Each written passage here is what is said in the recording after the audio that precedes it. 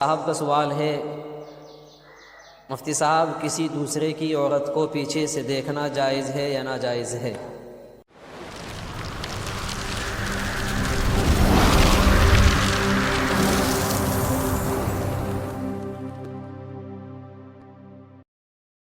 نحمدہ ونصلی علی رسولہ الکریم، اما بعد۔ محترم و مکرم معزز ناظرین اکرام، السلام علیکم ورحمۃ اللہ وبرکاتہ۔ عزیزان گرامی، ایک صاحب کا سوال ہے، مفتی صاحب کسی دوسرے کی عورت کو پیچھے سے دیکھنا جائز ہے یا ناجائز ہے؟ یہ کسی صاحب نے سوال کیا ہے، اس کا جواب فتاویٰ کے اندر موجود ہے، علماء نے لکھا ہے۔ سب سے پہلی بات تو یہ ہے، اللہ رب العزت والجلال نے قرآن کریم کے اندر مومنین سے خطاب کرتے ہوئے ارشاد فرمایا ہے، قل للمؤمنین یغضوا من ابصارہم ویحفظوا فروجہم ذلک ازکی لہم۔ نبی علیہ السلام کے ذریعے سے اللہ تبارک و تعالیٰ نے یہ پیغام امت مسلمہ کے نام بھیجا ہے کہ نبی جی آپ مومنین مردوں سے کہہ دیجئے کہ وہ اپنی نگاہوں کو نیچے رکھے اور اپنی شرمگاہوں کی حفاظت کریں، یہ ان کے لیے بہتر ہے پاکیزگی کا راستہ۔ اللہ تبارک و تعالیٰ نے نگاہوں کو نیچے رکھنے کا حکم دے دیا ہے، اس لیے ہمیں چاہیے کہ ہم اپنی نگاہوں کو نیچے رکھیں، کسی کے اوپر نامحرم کے اوپر نظریں نہ ڈالیں۔ اب جن صاحب کا سوال یہ ہے کہ کسی کی عورت کو پیچھے سے دیکھنا جائز ہے یا ناجائز ہے، عورت کو کسی بھی سمت سے، کسی بھی جانب سے، آگے سے ہو، پیچھے سے ہو، دائیں سے ہو یا بائیں سے ہو، کسی بھی حالت میں دیکھنا جائز نہیں ہے۔ ہاں، کچھ طریقے ایسے ہیں کہ جن کی وجہ سے کچھ عذر ایسے ہوتے ہیں جن کی بنا پر دیکھنا جائز ہوتا ہے۔ مثلا ڈاکٹر لوگ ہوتے ہیں، علاج و معالجے کے لیے ان کو دیکھنا جائز ہوتا ہے۔ اسی طرح سے وہ دوسری چیز جو آزار کے اندر آتی ہے اور ان کو شریعت نے عذر قبول کیا ہے، اس عذر کو قبول کرتے ہوئے مرد کے لیے عورت کا صرف اسی حصے کا دیکھنا جائز ہوتا ہے جس کا علاج کیا جاتا ہے۔ اس لیے ہمیں چاہیے کہ ہم اپنی نگاہوں کو نیچے رکھیں۔ اللہ تبارک و تعالیٰ نے قرآن کریم کے اندر ہمیں یہ حکم دے دیا ہے۔ دوسری بات، اللہ کے نبی علیہ السلام ارشاد فرماتے ہیں کہ عورت پر اگر پہلی نظر اچانک سے پڑ جائے، بلا کسی ارادے کے، بغیر کسی نیت کے، تو وہ نظر تو معاف ہے، لیکن اگر جان بوجھ کر کے نگاہ اور نظر ڈالی جا رہی ہے غیر محرم عورت کے اوپر، تو یاد رکھو شریعت کے اندر اس کی اجازت نہیں، یہ بالکل بھی جائز نہیں ہے۔ میں آپ حضرات کو ایک واقعہ سناتا ہوں۔ جب تک کہ مسلمانوں نے اس کے اوپر مضبوطی کے ساتھ عمل کیا، اپنی نظروں کو، اپنی نگاہوں کو نیچے رکھا، اللہ تبارک و تعالیٰ نے کامیابی اور کامرانی اٹھا کر کے مسلمانوں کے قدموں میں ڈال دی تھی۔ ایک بہت ہی مشہور و معروف صحابی حضرت عمر فاروق رضی اللہ تعالیٰ عنہ کے زمانے کے اندر، ان کے دور خلافت میں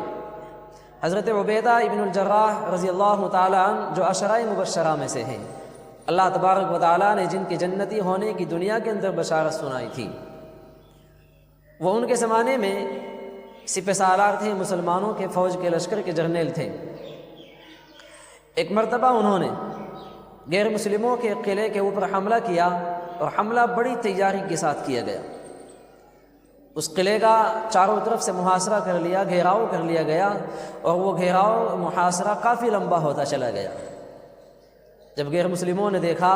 کہ مسلمانوں نے محاصرہ کر رکھا ہے ہمارے قلعے کا اور کافی لمبا ہو چکا ہے، مسلمان پوری ثابت قدمی کے ساتھ جمع ہوئے ہیں، پیچھے ہٹنے کا نام نہیں لے رہے ہیں، تو انہوں نے پھر ایک سازش رچی۔ سازش انہوں نے یہ رچی، انہوں نے کچھ عورتوں کو تیار کیا، متعین کیا، اور مسلمانوں کے لیے سازش یہ رچی، یہ پیغام بھجوانا چاہا کہ ہم مسلمانوں کو یہ بتائیں گے کہ ہم آپ کے سامنے ہار چکے ہیں، ہتھیاروں کو ڈالتے ہیں، آپ آسانی کے ساتھ، سہولت کے ساتھ قلعے کے اندر داخل ہو جائے اپنی فوج کے ساتھ۔ اور ان عورتوں کو حکم دے دیا گیا کہ اگر مسلمان تم سے کوئی بھی آدمی آ کر کے کچھ بھی کام کرنا چاہے، تمہارے ساتھ چھیڑخانی کرنا چاہے، تو ان کو روکنا نہیں، وہ جو بھی کچھ کرنا چاہے ان کو کرنے دینا ہے۔ یہ تیاری کرنے کے بعد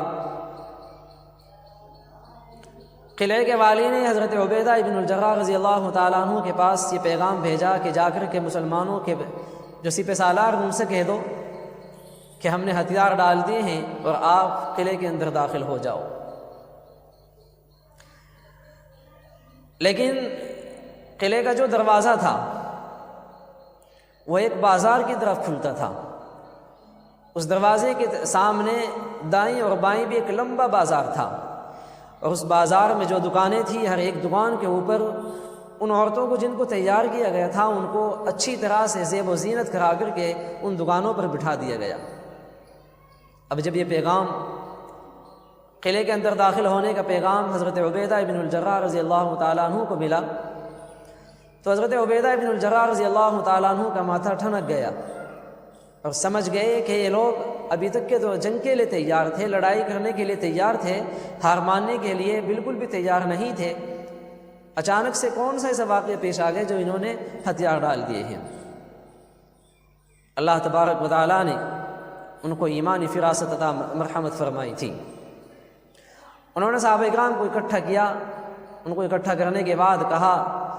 کہ قلعے کے والی کی طرف سے یہ پیغام آیا ہے کہ ہم ہتھیار ڈال دیے ہم نے، لہٰذا تم قلعے کے اندر آسانی کے ساتھ سہولت کے ساتھ داخل ہو جاؤ۔ ہم داخل تو ضرور ہوں گے، لیکن یاد رکھو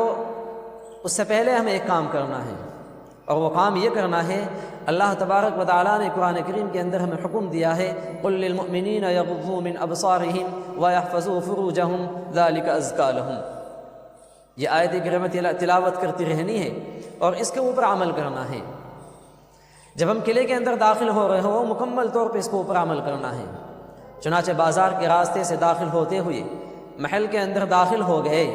اور مسلمانوں میں سے کسی ایک بھی شخص نے بازار کے اندر جو عورتیں دکانوں پر تیار کر کے زیب و زینت کے ساتھ بٹھائی گئی تھی کسی کی طرف نظر اٹھا کر کے نہیں دیکھا۔ جب ان لوگوں نے دیکھا کہ مسلمانوں کا یہ رویہ ہے، مسلمانوں نے کسی بھی عورت کی طرف نظر اٹھا کر کے نہیں دیکھا ہے، تو وہ لوگ مسلمانوں کے اس عمل کو دیکھتے ہوئے ایمان کے اندر داخل ہو گئے، مذہب اسلام کے اندر داخل ہو گئے، اور نبی علیہ الصلاۃ والسلام پر، اللہ پر اور اللہ کے کلام قرآن مجید کے اوپر ایمان لے آئے۔ تو میرے عزیز ساتھیو، یہ ہوتا ہے ایمان کے اوپر عمل کرنا، یہ ہوتا ہے شریعت کے اوپر عمل کرنا۔ جب ایک مسلمان مکمل طور پر شریعت کے اوپر عمل کرتا ہے تو پھر دوسرے لوگ بھی ایمان کے اندر داخل ہوتے چلے جاتے ہیں، مذہب اسلام کو اپناتے چلے جاتے ہیں۔ تو میں پھر ایک بات عرض کروں گا